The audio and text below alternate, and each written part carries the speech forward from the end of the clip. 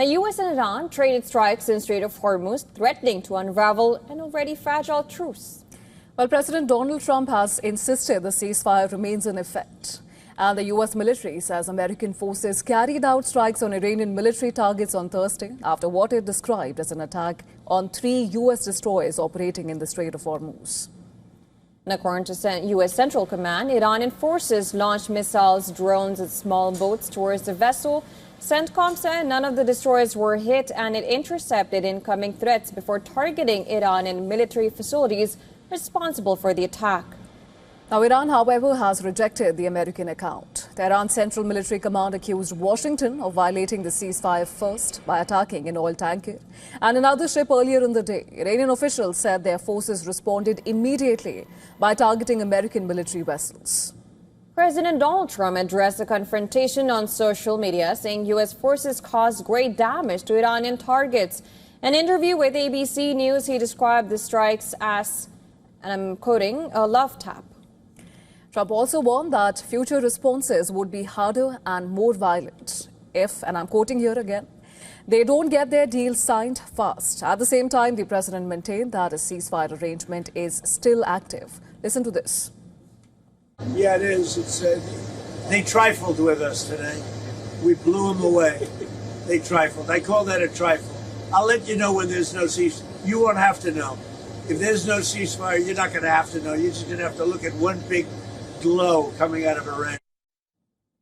The renewed tensions come amid continuing disruption in the Strait of Hormuz, one of the world's most critical oil shipping routes. The International Maritime Organization says around 1,500 ships and 20,000 international crew members are currently stranded in the Gulf region because of the conflict. President Trump briefly authorized a naval operation earlier this week aimed at reopening the strait to commercial shipping.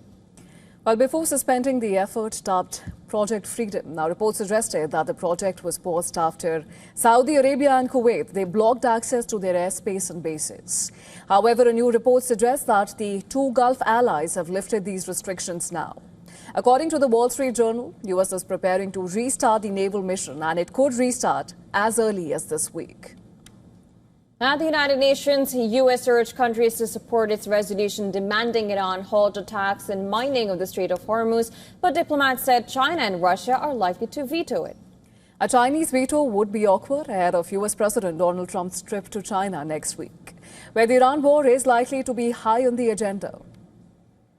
Iran, on the other hand, defended its actions, saying it is acting in accordance with international law in the Strait of Hormuz and accused the U.S. of playing a destabilizing role in the region. This should be a simple demand: the removal of mines from an international waterway, that you cannot exact illegal tolls. We have to address these violations here in the Council. And we have to ask ourselves, if a country chooses to oppose such a simple proposition, do they really want peace?